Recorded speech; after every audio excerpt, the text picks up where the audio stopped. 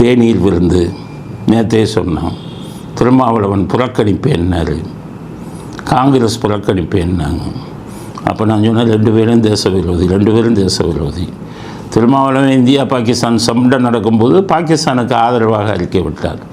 அங்கே இருக்கிற மக்களை கொள்ளாதீர்கள் அப்படின்லாம் சொன்னார்.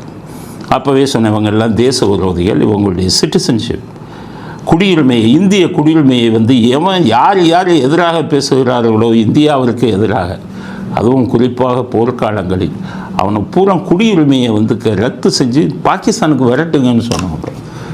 அப்போவே அதில் முதலிடம் வச்சவங்க இவங்க தானே, திமுக. நேற்றே சொன்னேன், இந்த திமுககாரன்னு அவனே நான் புறக்கணிக்கிறேன்னு சொல்லணும். கம்யூனிஸ்ட்காரன்னு சொன்னேன். ஏன்னா கம்யூனிஸ்ட் வெங்கடேசன் பேசுனது நம்ம கேட்டோம், திருச்சி சிவா பேசுனதை கேட்டோம். ரெண்டு பேர்த்தையும் கூப்பிடாதீங்க, கவர்னர் மாதிரி உள்ளே நுழைய விடாதீங்க. நீசர்கள் இவங்கெல்லாம். இவன் போனாலே அந்த இடம் உருப்படாது. அதுவும் சுதந்திர தின விழாவுக்கு பண்ணலாமா? சுதந்திர தினத்துக்கு இன்னைக்கு கருப்பு கொடியேற்றின தேச துரோகிகள் இவங்க. சொன்னேன் நான் அப்போவே நேற்று.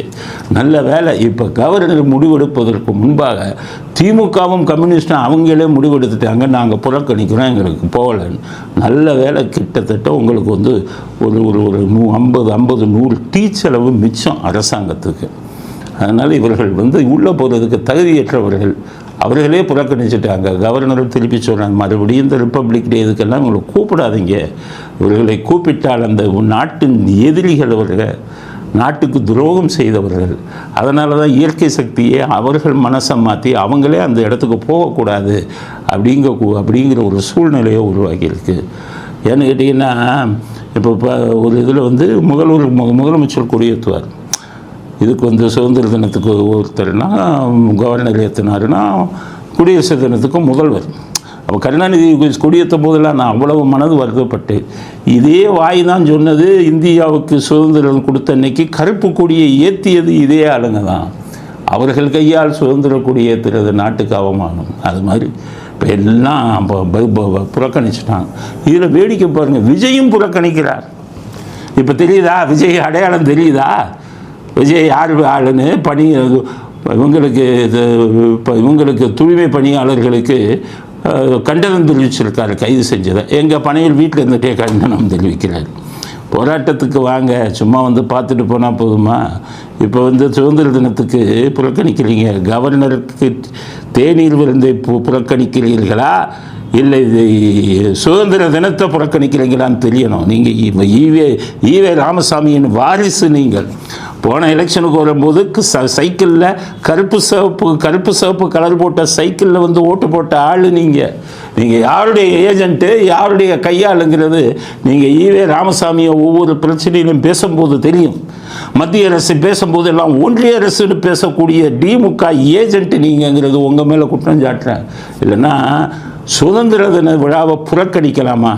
கவர்னரை தூக்கி போடுங்க. அது எதுக்காக நடத்தக்கூடியது? நாட்டுக்காக நடத்தக்கூடியது இல்லை.